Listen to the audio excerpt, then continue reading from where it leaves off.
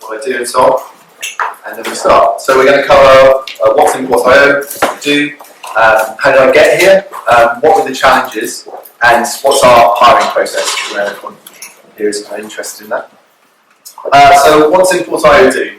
So a couple of things really. We are a business of two sides. One side is that we offer free tooling to everybody, trying to democratize web data. So that means that we try to create algorithms. One of our products called Magic, where you could just put in a URL and the algorithms will structure the data from the page. It might be a list of products, or we did a hack involving Christmas jumpers over Christmas. Without any coding or limited coding or any point-and-click interfaces, be able to take that unstructured HTML and turn it into an API, put it into a crawler, get data that you can do data science on, and so on. So that's all free, and we do we've done multi-billion queries now. How do we make it free?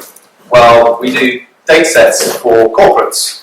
So we do things like point of interest data sets, where we're plugging into lots of different store locators to get more up-to-date data than the kind of classic map providers have.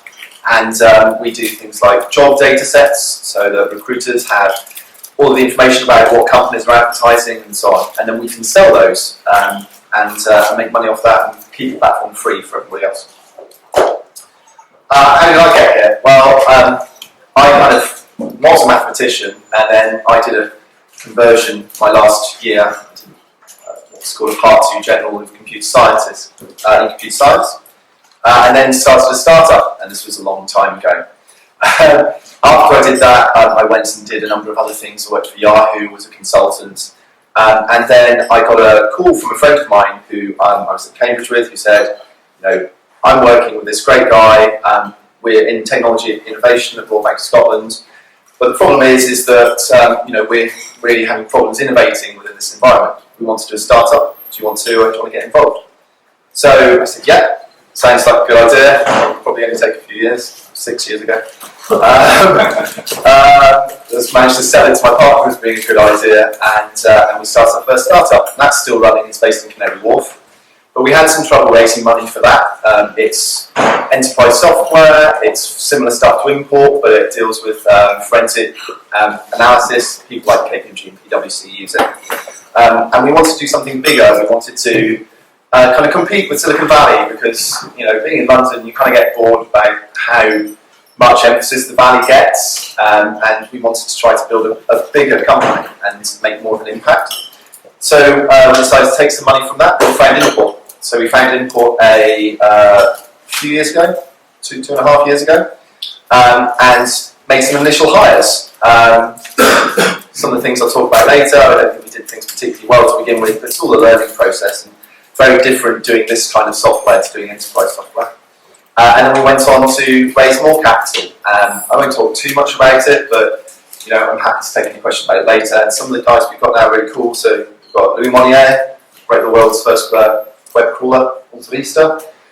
Jerry Yang, David Axmark, MySQL Founders Fund as well. A&E Cloud Ventures, OpenOcean, who have Spotify and Halo, and so on.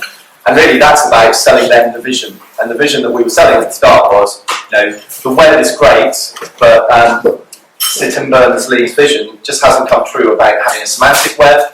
We think that we can put a semantic layer on top of the existing web. And a bit like the differences, I guess, between Uber and Airbnb, our vision is big enough to excite them to raise money on. And so from then on, it's all about hiring, I guess, and trying to hire the right people. We kind of have a policy of, if we find someone and we think they're amazing, even if we don't really have the money for it, we will hire them, and then we'll work out, how we deal with the extended burn rate. And the people really are quite clever. We try not to give them too much process. Something I always got frustrated at. We try to make sure that the process that we have, at the moment we have a version of Scrum that we use, is right for people and the devs are happy, because there's nothing worse than being in a sucky process. So what do we look for when we're hiring? One of the big things is engagement in software communities. So this is anything from being active on GitHub, to blogging, to writing articles for other publications and so on.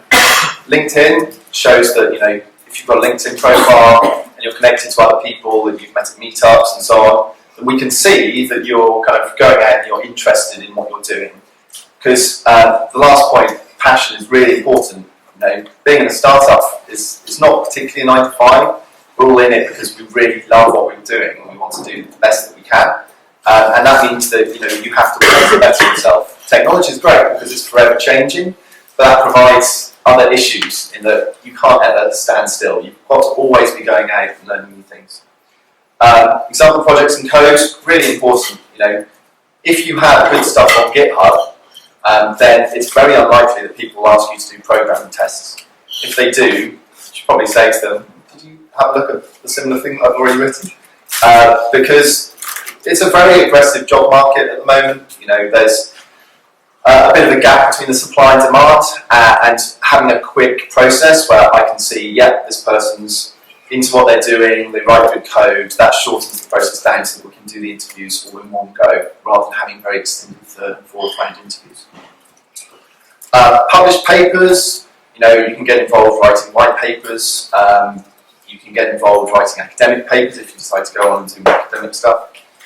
And then things like Project Euler. I'm not sure if people know about Project Euler, but it's pretty cool. There's a long list of programming challenges, basically.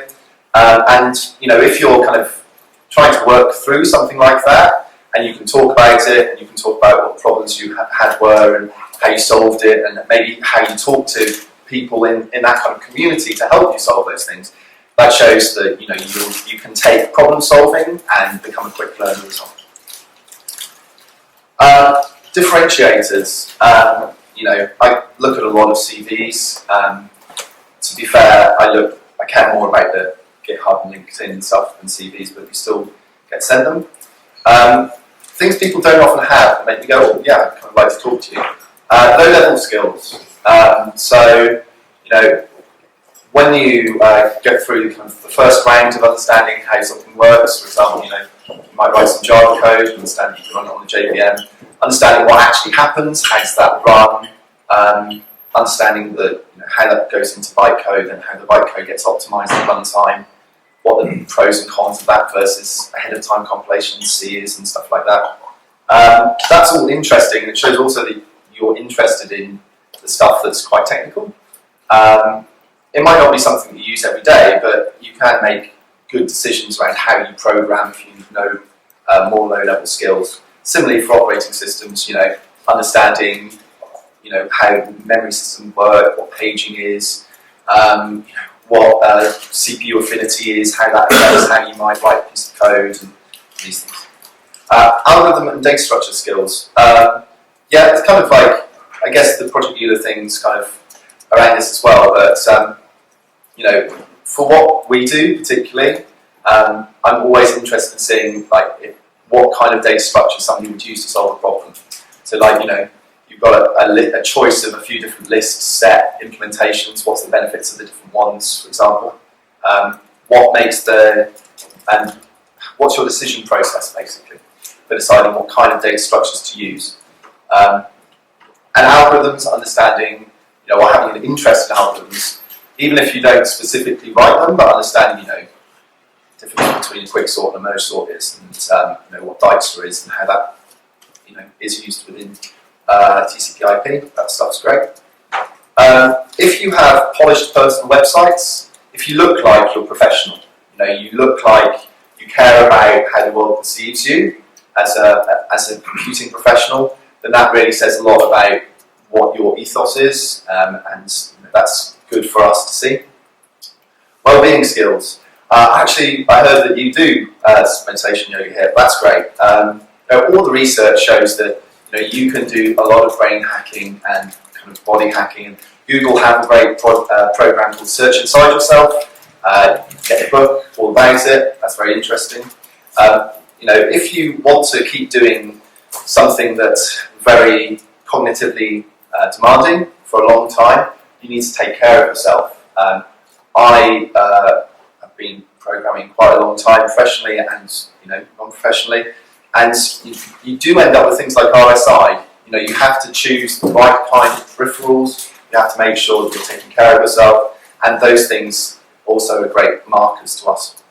The last one I wrote was AWS experience, cloud experience generally, like understanding, it's not the case as it was 5 to 10 years ago when we were thinking about putting bare metal servers into a server farm. Now, understanding how toolkits such as AWS empower you to do different things, what the different kinds of products there are, looking through those products, and even if you just understand at a high level, what a CDN is, for example, and how you might use AWS to do MapReduce jobs and so on. That's a good differentiator. Lessons learned. Scaling teams and hiring. Hiring is really hard because particularly when you're a small company, you've got to make the right hires, and if you don't make the right hire, and that's not necessarily just us, but the other person might decide that it's not for them. Between the two of you, you have to recognise that early and allow yourselves to move on from that. You also need to be able to scale the teams. When you are looking at going from 2 developers to 10 developers, how do you split that up? How do you segregate your teams without siloing the work too much? And there must be questions if you want about that, but it's quite a challenge, and I think it's one of the things that people talk about quite extensively in the startup world. Scaling processes.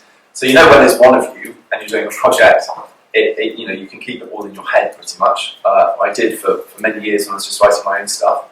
And there's a few of you, and then you can probably have some post-it notes on a Kanban, and then suddenly you're into kind of like geo-disparate teams and having 10 to 20 people. How do you then change your process? How do you choose a process? What kind of parts of different agile do you use and what don't you? And that's challenging, and it's constantly evolving. The technology is evolving, but also the processes around how people build software are evolving. When I was first writing software, that TDD didn't exist. It does now, which is good. But when do you deploy that as a tool? It's definitely a challenge for us, and it's a challenge that I think all companies have. Scaling technology or not. So we were actually quite lucky because a lot of the core technology we'd already worked on in our previous company, and we knew it scaled well. We knew we could do tens of millions of transactions a day on it fine and so on. But this is talking to other people within the startup world is one of the big problems. I mean, when I worked at Yahoo, Answers was basically a hack. It was like a few pieces of PHP, and it didn't really have any separation of concerns and so on. And then how do you go from something's got an enormous amount of traction? We need to suddenly engineer this to scale, and you can go through a lot of pain. That's the last one. I do have a previous slide, which was just to round off the things that kind of talking about here. Think about what differentiates you within the marketplace. You shouldn't accept any job apart from a job that you really, really, really want to commit to, because there's a lot of tech jobs, and there is a lot of choice. Don't take the first thing you offered. If you use recruiters, don't let them pressure you into making quick decisions around jobs. I see that a lot. I see a lot of recruiters who push when really you think you don't need to decide on a job within a week. You can have a 2 or 3 week process and make sure that you're choosing something that's right for you. Okay. So thank you very much. I'll take any questions now.